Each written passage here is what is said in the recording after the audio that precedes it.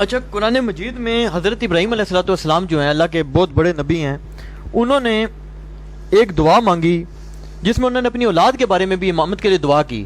سوال یہ پیدا ہوتا ہے کہ ان کی اولاد میں وہ کون اشخاص گزرے ہیں اولاد ابراہیم علیہ السلام میں کہ جو امام ہیں، اور ائمہ اہل بیت کے کنٹیکس میں بھی ذرا بات کریں۔ دیکھیں جی، یہ جو اس اہل تشیع نے ایک عقیدہ اخذ کیا نا، امامت بھی کوئی عقیدہ ہے اور یہ کوئی ٹائٹل ہے جیسے کوئی نبوت ہوتا ہے، تو ایسا نہیں ہے۔ اور ایون شیعہ خود نہیں مان رہے اس کو۔ کیا امام جعفر الصادق کے جو دو بیٹے تھے، امام اسماعیل اور امام موسیٰ کاظم، یہ دونوں میں سے تو ایک کو امام مانتے ہیں نا، اثنا عشری۔ ایک کو اسماعیلی مان رہے ہیں، کوئی اثنا عشری مان رہے ہیں۔ نہیں، لیکن اثنا عشری تو ایک کو ہی مان رہے ہیں نا، اثنا عشری ایک کو مان رہے ہیں۔ دوسرے امام کا تو وہ بھی انکار کر رہے ہیں نا۔ ایسے عہدہ ہاں جی، ایسے وہ تو نہیں، وہ تو اس کا امام تو وہ بھی تھے، امام تو انہوں نے بنایا تھا۔ تو یہ جو شیعہ کا موقف ہے نا کہ یہ ڈیوائن کوئی عہدہ ہے، ایسا نہیں ہے۔ امام سے مراد لیڈرشپ ہے، علمی طور پہ لیڈرشپ ہے۔ وہ اہل بیت میں سے بھی ہو سکتے ہیں، نان اہل بیت میں سے ہو سکتے، قریش میں سے ہو سکتے ہیں۔ کچھ سوالات، کچھ شبہات ایسے قائم کر دیے گئے کہ جسے بار بار دہرایا جاتا، بار بار۔ آپ دیکھیں یہ بار بار یہ سوالات اور شکوک و شبہات ابھارے جاتے ہیں۔ مثلا ایک شبہ یہ کہ توحید اور نبوت کے بعد اگر امامت واقعاً اصول دین میں ہے تو پھر اس کا قرآن میں ذکر کیوں نہیں؟ اچھا، اب سوال اس طرح قائم کیا ہے جو بالکل بے اساس ہے۔ پہلے تو ایک غلط مفروضہ فرض کیا، اس پر سوال قائم کیا۔ جیسے میں یہ فرض کر لوں کہ یہ ہال خالی ہے، پھر میں پوچھوں کہ لوگ ہیں یا نہیں۔ مجھے یہ مان کے کرنا چاہیے کہ سامنے مجمع بیٹھا ہوا ہے، میں کسی سے گفتگو کر رہا ہوں، اور میں یہ فرض کر لوں کہ حال خالی ہے۔ جیسے فخر الدین رازی سے متعلق یا کسی اور سے متعلق یہ ہے کہ منطق میں بہت کمال رکھتے تھے، منطق میں، لاجک میں بہت کمال رکھتے تھے۔ اب وہ جناب والا حوض کے کنارے بیٹھ کے درس دے رہے تھے، تو انہوں نے اپنے شاگردوں سے کہا کہ اگر میں چاہوں تو یہ ثابت کر دوں کہ یہ حوض پانی سے خالی ہے، حوض لبالب پانی بھرا ہوا۔ کسی منطق کے استاد سے متعلق یہ بات منسوب ہے۔ لفاظی ہے یا علم؟ اور یہ علم ہے صرف آپ کے ذہنی تعیش کے لیے یا زندگی کی تعمیر کے لیے؟ ہر علم کو زندگی سے جڑا ہوا ہونا چاہیے اور زندگی کی تعمیر سے جڑا ہوا ہونا چاہیے، اس کا ثمرہ ہونا چاہیے۔ تو وہ حوض کے کنارے بیٹھے ہوئے ہیں اور حوض لبالب پانی سے بھرا ہوا ہے، کہتے ہیں اگر میں چاہوں تو ثابت کر دوں کہ حوض پانی سے خالی ہے۔ اور اس کے بعد انہوں نے جو بھی منطقی مغالطوں سے کام لیا ہوگا، صغرا کبرا، جو بھی نتیجہ اخذ کیا، اس کے بعد کہا کہ اب نتیجہ نکلا کہ حوض پانی سے خالی ہے۔ شاگردوں سے کہا تم میں کسی میں ہے مجال جو میرے استدلال کو جھٹلا سکے؟ اب ظاہر ہے شاگرد استاد کا رشتہ وہ بھی اس زمانے کا جہاں شاگرد استاد کو اپنا باپ سمجھتا تھا، باپ سے بڑھ کر سمجھتا تھا، سب سر جھکائے بیٹھے ہیں کہ اب ان کا جواب کون دے۔ ایک تھا جری جو حکایت نقل کی جاتی ہے، کہا جی میں ثابت کر سکتا ہوں کہ حوض پانی سے بھرا ہوا ہے۔ کہا کیسے؟ وہ اٹھ کے قریب آیا، ان کو بھرپور گود میں اٹھایا اور حوض میں ڈال دیا۔ کہا آپ بتائیے حوض میں پانی ہے یا نہیں ہے؟ یہ لطیفہ بچوں کو بھی یاد رہ جائے گا نا۔ اب کئی دن سے لوگ کہہ رہے تھے بڑی سنگین بحث ہو رہی ہے، بہت زبان سمجھ میں نہیں آتی اور بہت الجھی ہوئی بحث ہے۔ اب اس سے زیادہ آسان تو نہیں ہو سکتی۔ یہ حکایت نقل کی جاتی ہے، کیوں؟ یہ کلاس روم میں بھی نقل کی جاتی ہے، اس لیے میں نے ممبر پہ بھی نقل کی۔ کیوں؟ اس میں ایک درس پوشیدہ ہے۔ درس یہ پوشیدہ ہے کہ بدیہیات کا انکار نہیں کیا جاتا۔ یہ کمال علم نہیں ہے کہ ہست کو نیست ثابت کیا جائے، یہ کمال علم نہیں ہے کہ بدیہیات کا انکار کیا جائے، یہ کمال علم نہیں ہے کہ دن کے دوپہر میں اور 2 بجے یا 1 بجے ظہر کے وقت، زوال کے وقت آپ کھڑے ہو کے کہیں دیکھو میں ثابت کر رہا ہوں کہ سورج نہیں ہے۔ یہ کمال علم نہیں ہے۔ اور ہمارے ہاں اور یہ اس طرح کے مغالطہ آمیز استدلالات بھرے پڑے ہیں ماشاءاللہ مسلمان مفتیوں اور مولویوں کے۔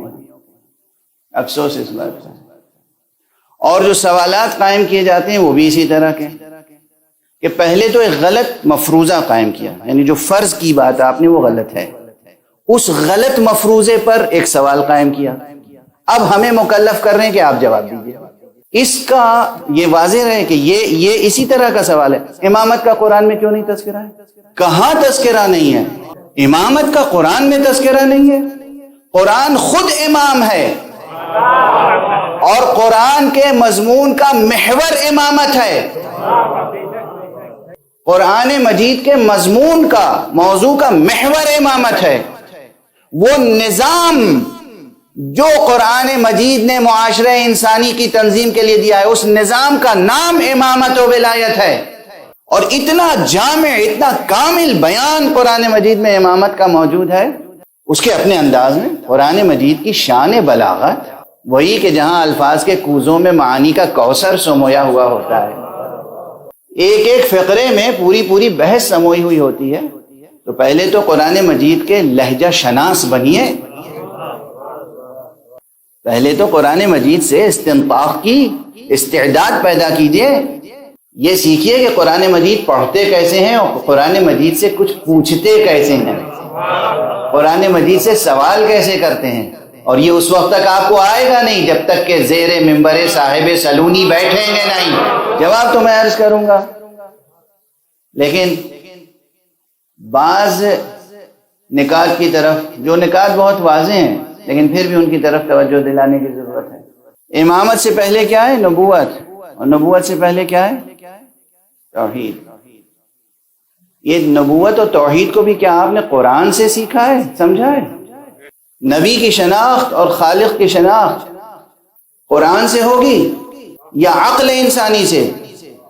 اگر عقل انسانی سے استفادہ نہیں کیا تو قرآن مجید سے نبوت کی دلیل پیش کریں گے تو اس دلیل کو باطل کہا جائے گا منطق کی اصطلاح میں.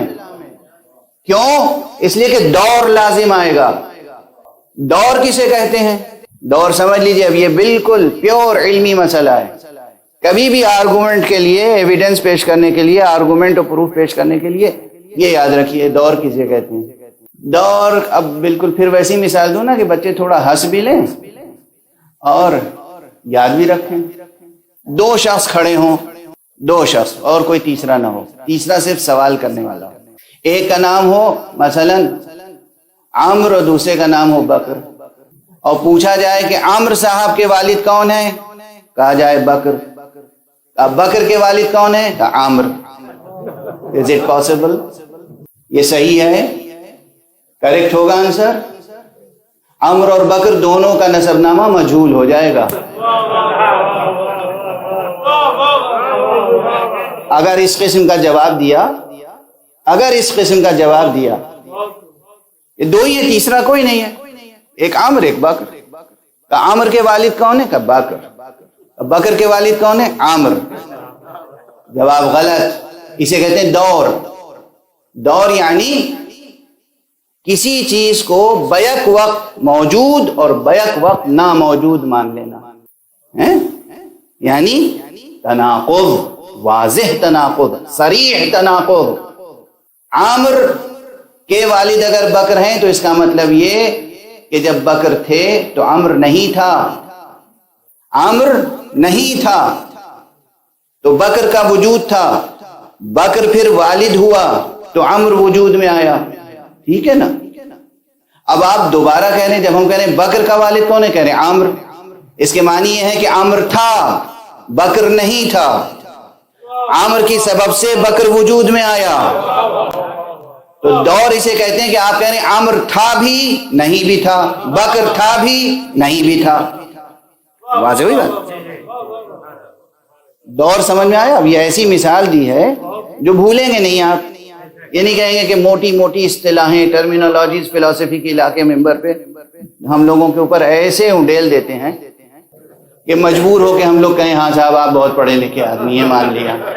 یہ جتنے استدلال ہیں، جتنے دنیا کا کوئی بھی استدلال ہو، اب وہ ایک الگ بات ہے کہ دور کی کتنی قسمیں ہوں، کہاں دور جائز ہے اور کہاں دور جائز نہیں، لیکن بنیادی طور پر دور باطل ہے، دور باطل ہے، دور ناممکن ہے، دوری جواب محمل ہے. ٹھیک؟ نبی خود یہ کہیں کہ میں نبی ہوں اور آپ مان لیجئے، یہ کیا ہوگا؟ دور. اور اس طرح پھر دنیا میں جتنے ہیں سب دعویٰ کر لیں کہ میں نبی ہوں. آپ کسی کو کہہ سکتے ہیں تم غلط کہہ رہے ہو؟ وہ کہیں جناب آپ نے حضرت محمد مصطفیٰ صلی اللہ علیہ وآلہ وسلم کو دنیا کا ہر فرد کہے گا میں بھی کہہ رہا ہوں میں نبی ہوں، آپ مان لیجئے. تو وہاں آپ جواب دیں گے ہم نے محمد کو خود دعوی نبوت کے نتیجے میں نبی نہیں مانا، ہم نے پہلے اپنی عقل سے سرکار رسالت مآب کی نبوت پہ دلیل قائم کی، اور جب ہماری عقل نے تسلیم کر لیا کہ یہ نبی ہیں تب ہم نے ان کی ہر بات کو مانا. اور ہمارے یہاں اللہ نے نبی کو نبی کہا تو ہم نے نبی کو نبی مانا، عقل نے نبی کو نبی کہا تو ہم نے نبی کو نبی مانا، نبی نے خود کو نبی کہا اور ہم نے نبی مانا، یہ ایسا نہیں ہوا. واضح ہے؟ تو اگر قرآن مجید ہی سے نبوت مصطفیٰ ثابت کرنی ہے، صرف قرآن سے، اسی دو چیزیں الگ الگ ہیں، ذہن ان باریکیوں سے گزرے. نبوت ایک الگ حقیقت ہے اور سند نبوت ایک الگ چیز ہے. اثبات نبوت عامہ اور اثبات نبوت خاصہ کے لیے دلائل ہیں. واضح ہے یہ بات؟ تو ہم نے محمد صلی اللہ علیہ وآلہ وسلم کو بھی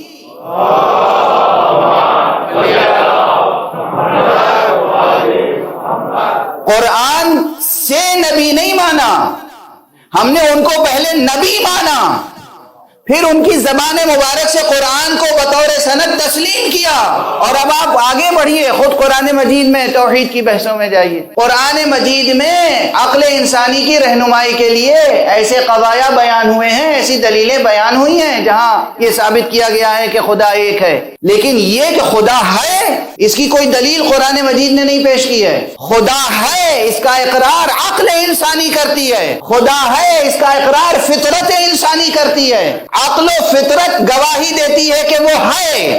عقل و فطرت کے دلائل کام آتے ہیں نبی کی شناخت میں.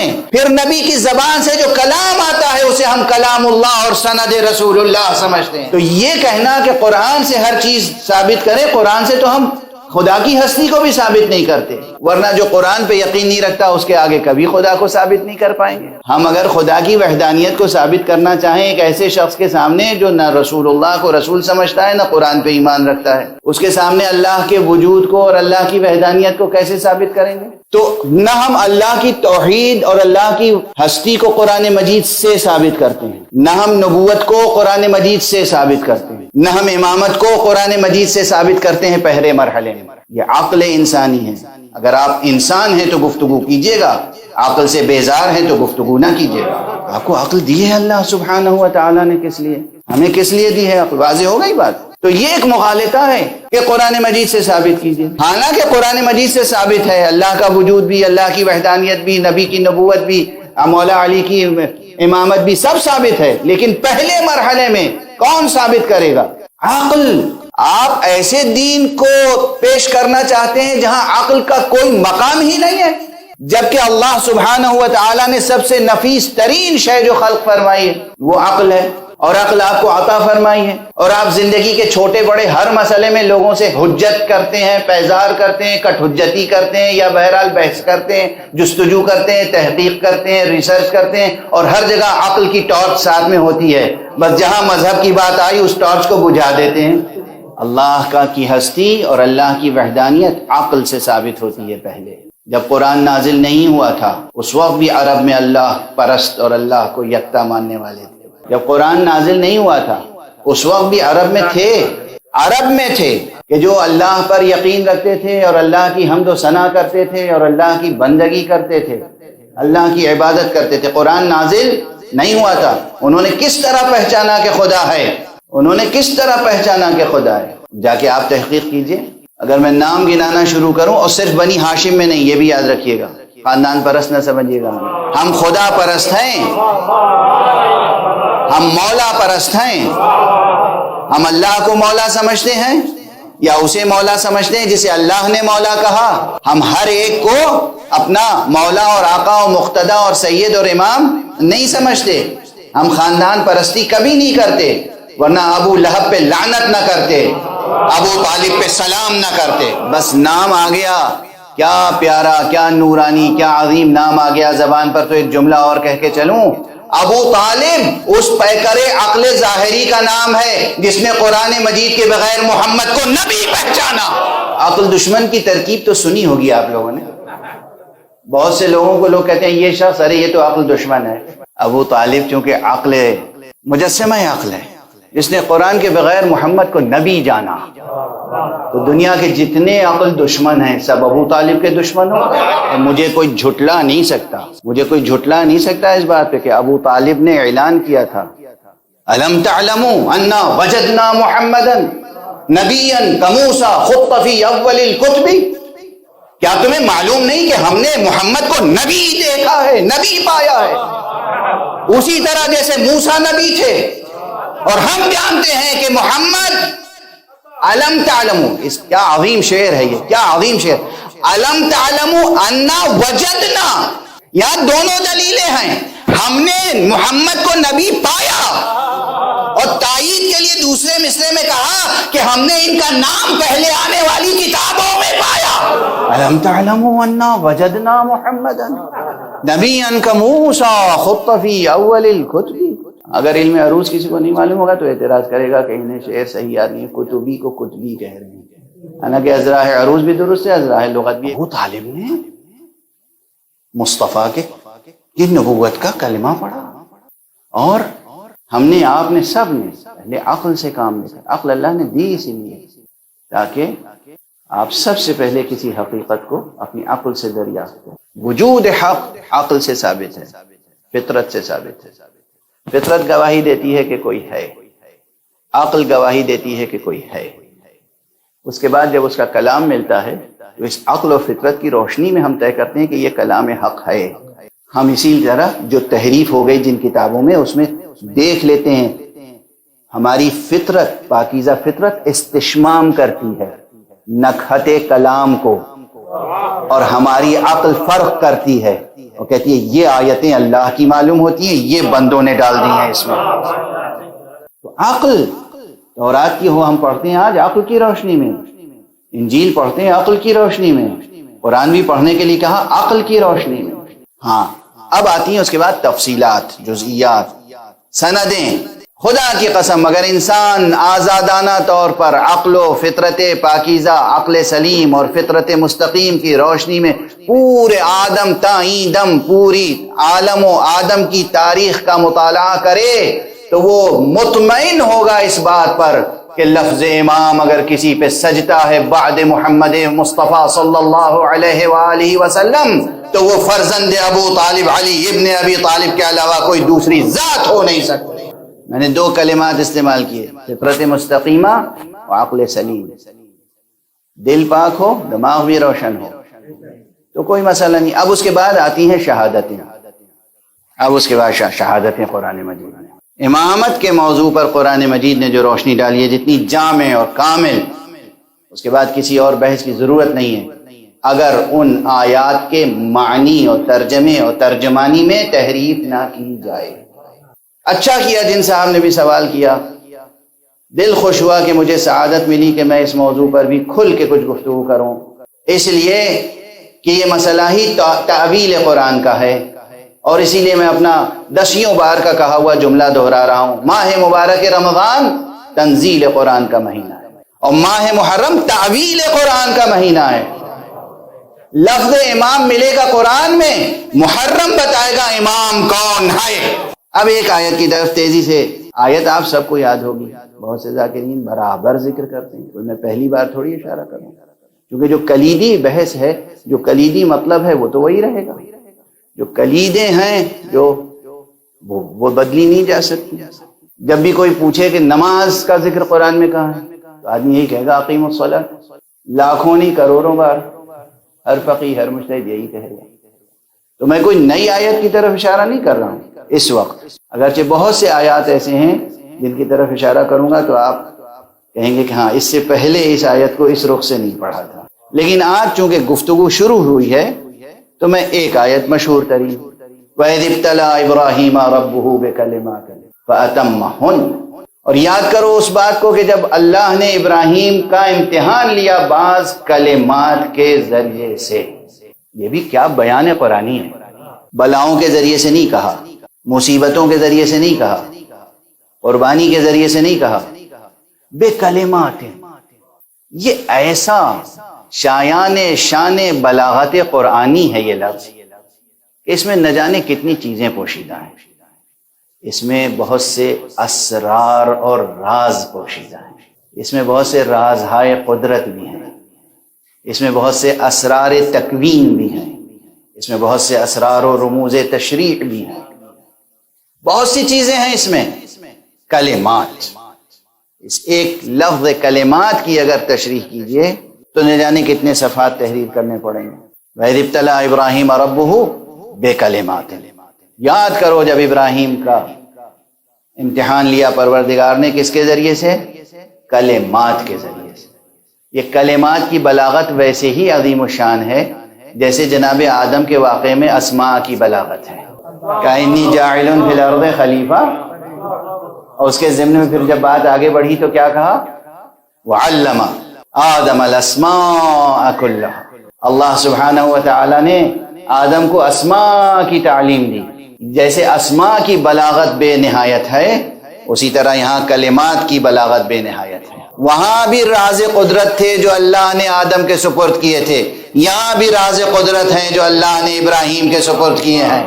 اب سمجھے آپ راز قدرت یہ موضوع کیوں جڑا ہوا ہے امامت سے اور امام حسین علیہ السلام کی ذات گرامی سے.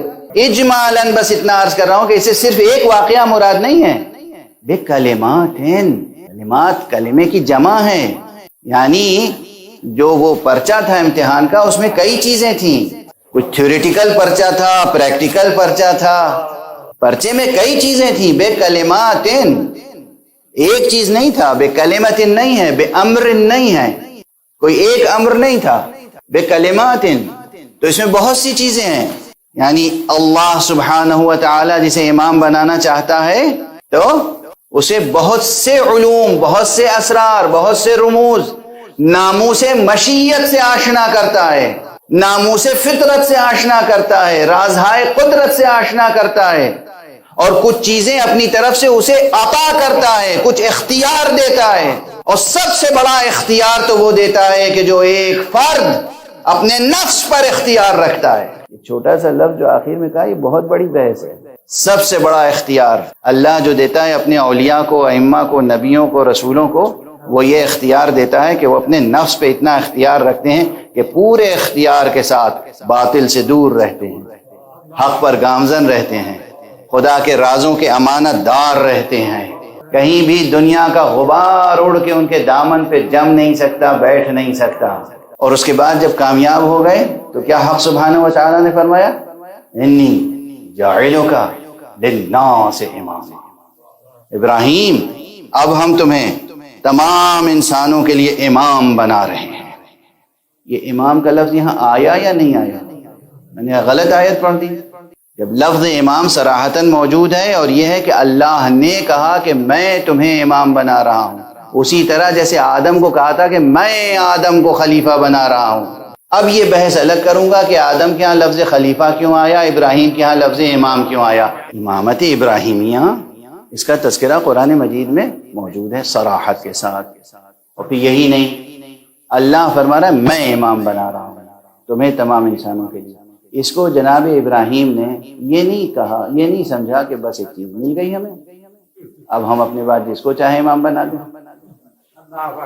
جیسے باغی شام نے کیا تھا کہ مجھے مل گیا تھا, اب میں اپنے بیٹے کو بناؤں گا, اور جو میرے بیٹے کی راہ میں آئے گا اسے زہر سے, تلوار سے, یا جس طرح ممکن ہوگا راستے سے ہٹا دوں گا.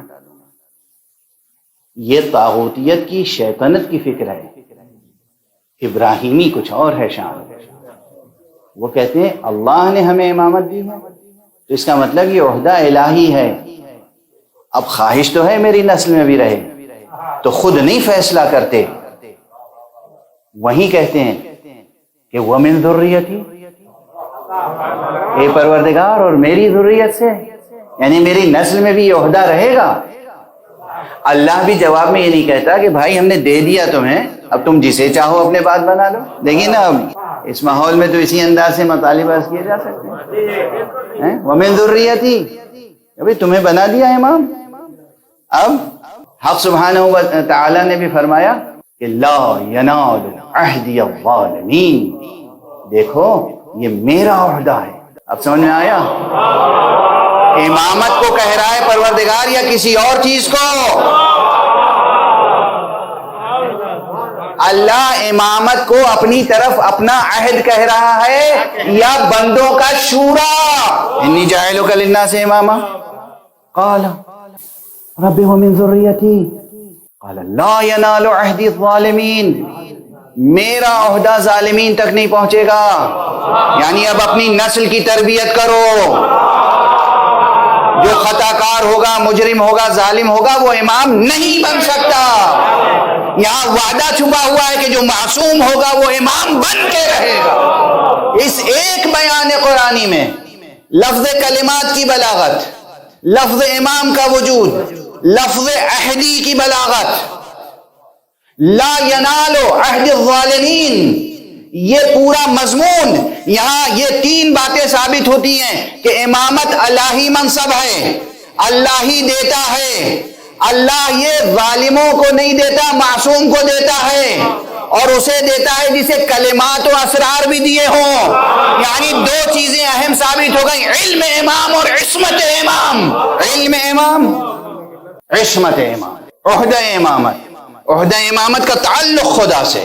یہ سب چیزیں عقل رہنمائی کرتی ہے. پہلے قرآن آ کے ارشاد فرماتا ہے، قرآن عقل کی تائید کرتا ہے. فطرت بشری پہلے گواہی دیتی ہے، قرآن آ کے اس فطرت کی عبارت کی تفسیر کرتا ہے. ورنہ یقین رکھیے کہ یہ جو پورا مضمون قرآنی ہے نا، پورا مضمون قرآنی، یہ آپ کے گوہر دل پر لکھا ہوا ہے قلم مشیت سے. معصوم کی بات الگ ہے، ہم آپ کی بات کر رہے ہیں. فطرت، فطرت پاکیزہ، وہ فطرت جس پر اللہ سبحانہ جس کے بارے میں پیغمبر اکرم صلی اللہ علیہ وآلہ وسلم نے فرمایا ہے کل مولود یولد علی الفطرہ، ہر پیدا ہونے والا بچہ فطرت پر پیدا ہوتا ہے. اور فطرت کیا ہے؟ قرآن مجید میں سورہ مبارکہ روم میں چلے جائیے، پڑھیے کہ فَأَقِمْ وَجْهَكَ لِلنَّاسِ حَنِيفًا فِطْرَةَ اللَّهِ الَّتِي فَطَرَ النَّاسَ عَلَيْهَا. تم اپنا رخ حیات، رخ زندگی، سفر زندگی، اپنا وجود، اپنا رخ معین کر لو فطرت کی طرف. وہ فطرت جس پر اللہ نے تمہاری خلقت کو ڈھالا ہے. تو واضح ہوئی بات، چیزیں آپ کی فطرت میں موجود ہیں، چیزیں آپ کی عقل کی روشنی میں نظر آ سکتی ہیں. پھر قرآن مجید اس پہ مزید روشنی ڈالتا ہے، تاکید کے ساتھ، تائید کے ساتھ، صراحت کے ساتھ، وضاحت کے ساتھ، تاکہ دل و دماغ میں یہ بات راسخ ہو جائے کہ ہماری عقل جو فیصلہ کر رہی ہے وہ غلط نہیں ہے. تائید وحی بھی حاصل ہے. یہ صرف ایک ہی آیت نہیں ہے، قرآن مجید میں نہ جانے کتنی آیتیں ہیں. ظاہر ہے کہ اب آپ نے سوال کیا ہے تو پھر سنیے گا اطمینان سے. یہ بات بالکل دل و دماغ میں بٹھا لیجیے کہ ہم اللہ کی وحدانیت کو بھی قرآن سے نہیں ثابت کرتے، عقل ثابت کرتی ہے. قرآن ہمارے عقلی استدلال کی تائید کرتا ہے، مہر لگاتا ہے کہ شاباش، ٹھیک سمجھے. اور اگر غلطی ہو رہی ہوتی ہے عقل سے، جہالت کی بنا پر یا کسی وجہ سے، تو پھر قرآن مجید اس کو روشنی دکھا دیتا ہے، صحیح کر دیتا ہے. واضح نبوت مصطفیٰ ہم پہلے عقل سے پہچانتے ہیں. ہم عقل سے پہچانتے ہیں کون نبی ہے کون غیر نبی. ہم عقل سے پہچانتے ہیں کون نبی ہے کون غیر نبی. ہم عقل سے پہچانتے ہیں کون نبی ہے کون غیر نبی. یعنی یہ امتیاز پہلے عقل کے پاس ہوتا ہے کہ ہم برابر نہ سمجھیں. ہمارے بڑے بھائی تھے، ہمارے جیسے تھے، کیا گستاخی ہے، کیا خطا ہے، کیا جسارت ہے، کیا بے نوری ہے.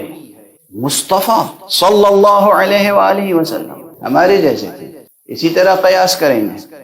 دیکھیے مصطفیٰ کا جو رتبہ پہچانتا تھا، وہ یہ نہیں صرف سمجھتا تھا کہ یہ میرے بھائی کا بیٹا ہے، یہ میرا بھتیجا ہے، یہ میرے خاندان کا ایک فرد ہے، اس لیے اس کی حمایت کرنی چاہیے.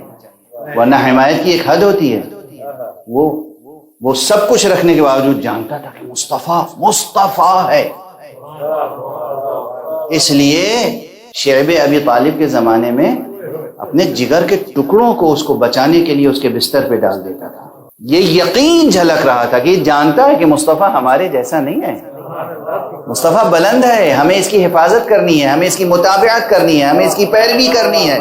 ہم بوڑھے ہیں, چچا ہیں, مگر ہمیں اس کی پیروی کرنی ہے.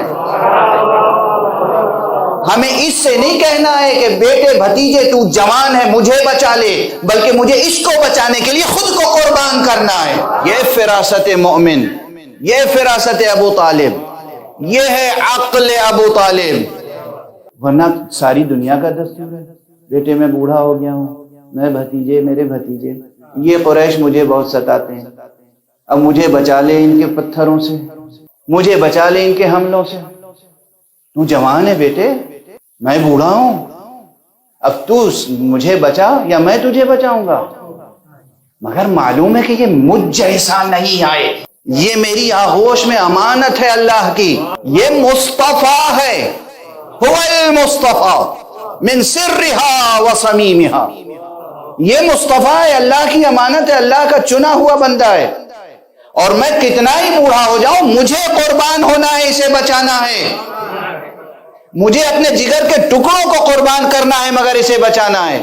یہ ہے درس ابو طالب, شعب ابی طالب کا درس, جو شعب ابی طالب سے شروع ہوتا ہے کربلا تک جاری رہتا ہے. ہم علی کو علی مانتے ہیں, حسن کو حسن مانتے ہیں, حسین کو حسین مانتے ہیں. یہ سب ایک ہی شجر نور کی شاخیں ہیں, یہ اسی شجر کے اصول ہیں. مگر محمد ہیں. محمد کو بچانے کے لیے حسین نے اسی طرح خود کو قربان کیا ہے.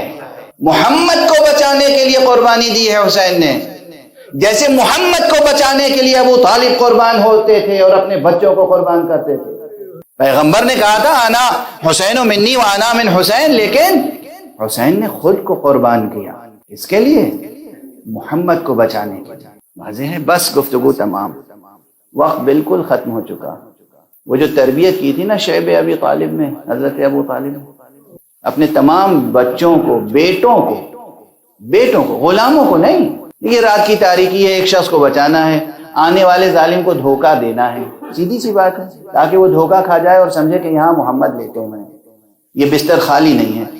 بس اتنا ثابت کرنا تھا نا کہ یہ بستر خالی نہیں ہے, محمد کا بستر ہے. کسی غلام کو, کسی نوکر کو, کسی کو لیٹا دیتے نہیں. وہ یہ بھی جانتے تھے کہ اس کے بستر پہ ہر ایک نہیں لیٹ سکتا, ہمیں اسے بچانا ہے اور اس کی ناموس کو, اس کی حرمت کو, اس کے ہر عظمت کے ہر نشان کو بچانا ہے. یہ نہیں کہ بس دشمن کو دھوکہ دینا ہے, اسے ہٹا دیا, وہاں کسی نوکر کو بٹھا دیا, وہاں صرف بستر لپیٹ کے رکھ دیا تاکہ دور سے دیکھے کہ ہاں کوئی لیٹا ہوا ہے. کیا کیا نہیں ہو سکتا, کیا کیا نہیں ہو سکتا. نہیں, اپنے جگر کے ٹکڑوں کو علی کو لٹایا, کبھی جعفر کو لٹایا, کبھی عقیل کو لٹایا. فرما رہے ہیں آپ. اور وہ جو تربیت تھی ابو طالب کی, وہ وہاں سے کربلا تک جاری رہی. اسی لیے جب آپ زیارت پڑھتے ہیں تو کہنا پڑتا ہے السلام علی الشہداء من ولد امیر المؤمنین, السلام علی الشہداء من ولد جعفر, السلام علی الشہداء من ولد عقیل.